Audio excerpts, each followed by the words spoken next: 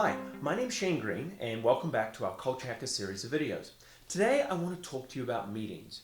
You know, those things that should be really important in the terms of the communication process but have largely become extremely ineffective.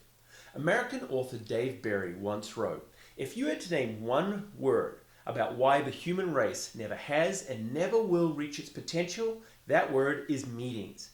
And the sad part is, if you ask most employees, they'd probably agree with you. Now, I want to talk about three types of meetings today. There's the daily operations meeting, the project meeting, and then that monthly departmental meeting. Maybe it's quarterly, but it happens on a fairly regular basis. Let's start and talk about the daily meeting. Now, after about 25 years in operations, running companies, and consulting, I would say that the daily meeting is probably the most important communication tool you have. And yet, when I speak to many managers about that, you know, the opportunity to bring their people together at the start of the day without customers, without disruptions, and actually communicate, the reason I always get is there's just not enough time. Really? Not enough time for effective communication? You see, I think it's the most important meeting, and a number of successful business people I know agree with me. Now, when I think about that excuse of not enough time, I think about ex-New York Mayor Rudy Giuliani. In his book Leadership, he talks about what it was like around 9/11. And he talked about that daily meeting being the core of his management style that he never deviated from once. Now think about it. If there was ever a person who had a reason to stop doing their daily meeting because they were busy, it was probably Mayor Giuliani around 9/11. So stop using that excuse. Now, when it comes to the daily meeting, there's some simple rules to keep in mind. First one, keep it 10 minutes or less. Second, make sure it's interactive, which means that you're able to get feedback, your team is able to talk to you, and it's not just you delivering a 10-minute lecture.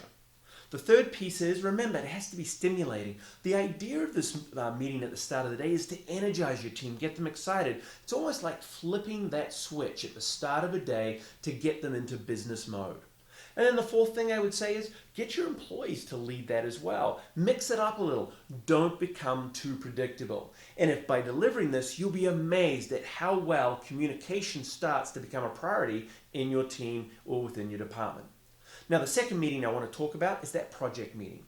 You know, when you bring a group of really smart people together from cross disciplines and you're really focused on solving a problem or completing an important task. Unfortunately, these meetings have become largely ineffective. Why? There's not an agenda, it lacks purpose. The person running it either is not organized or is either overly dominating it. We end up inviting too many people, half of them that don't even contribute, and in some cases don't even have to be there. And what happens is that over a period of time, that death by PowerPoint meeting, the meeting that everybody dreads going to, starts to become pointless. So let's change the paradigm and reinvent the project meeting. The way to do that is you need to always be auditing your meeting. First, make sure it has an agenda and there's a purpose. And the moment that that purpose is completed, stop the meeting. The next thing that you've got to think about auditing is making sure that there's not too many people in the room, that everyone can contribute, and that that meeting is really focused on decision making and clarifying information. You see, project meetings doesn't have to happen every day or every week. If you're just sharing information or feedback, do it by email. I promise you the people attending that meeting will appreciate it. And what I always find is that over a period of time, about every 5 meetings, you want to audit the attendees to rate the usefulness. Be careful of that. If over a period of time that usefulness starts to drop considerably, think about canceling the meeting. It's no longer worth it. You should stop it, reinvent it, maybe even get a new group of people coming to that meeting. And then finally, that monthly or quarterly departmental meeting. For many of the reasons I've already discussed, it has become largely ineffective. But it doesn't need to be, and it shouldn't be, because again, this is an important part of your communication process. So, for that quarterly or monthly meeting, remember, and this is most important, your employees must be able to and expected to contribute.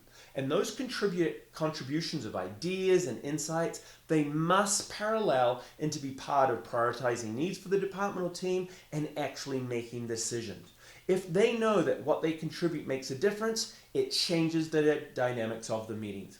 And remember also, I always like when you get the group of your team together on a monthly, quarterly basis, always finish on a high. Make sure you leave with some inspiration, some recognition. Make sure people feel really, really good when they walk out of that room. So there are my thoughts about those 3 important meetings. Please help us. They don't need to be so ineffective. They don't need to be so wasteful, and they can have so much more meaning. So good luck out there. And remember, if you've got some thoughts or got some ideas, please connect with me at shanegreen.com. Look, I look forward to seeing you again soon. Take care. Cheers.